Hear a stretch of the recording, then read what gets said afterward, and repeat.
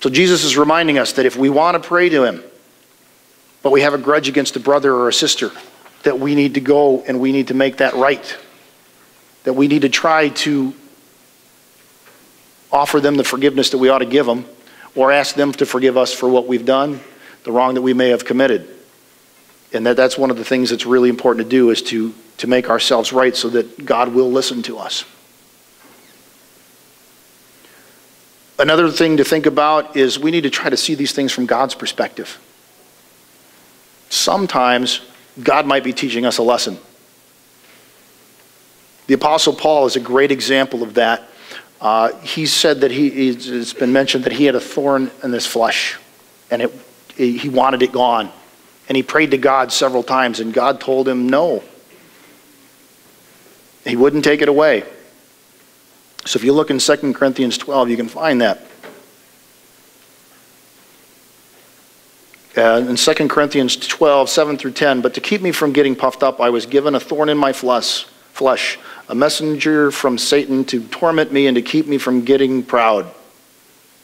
3 times I begged the Lord to take it away. Each time he said, my gracious favor is all that you need. My power works best in your weakness. So now I am glad to boast about my weaknesses, so that the power of Christ may work through me.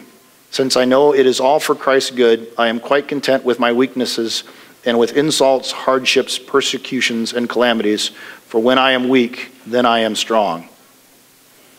So God allowed Paul to deal with this thorn in his flesh and to keep it there because he really wanted him to be aware that even in the midst of trials and tribulations, God is enough.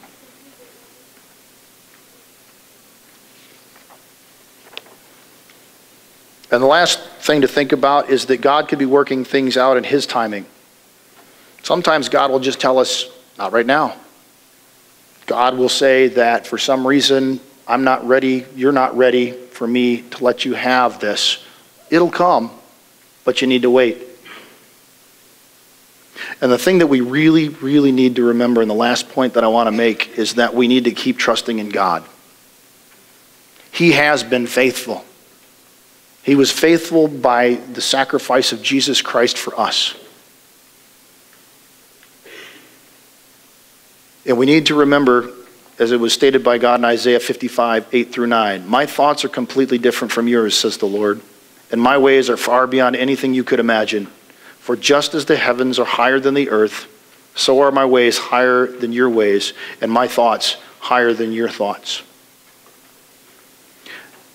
So if you're going through something today, if there's a hardship or there's something that you're not being delivered from, God doesn't want you to lose heart. He doesn't want you to go through this alone. But he also wants you to remember that he is the one true God, and he will give you what you need. He doesn't always give us what we want, because then we become spoiled children. But he will give us what we need.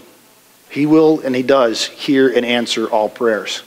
I truly know this. But sometimes he does say no. And we just have to remember to keep the faith and to hold on tight to him so that he will be given the opportunity to deliver us and that we can learn what he wants us to learn.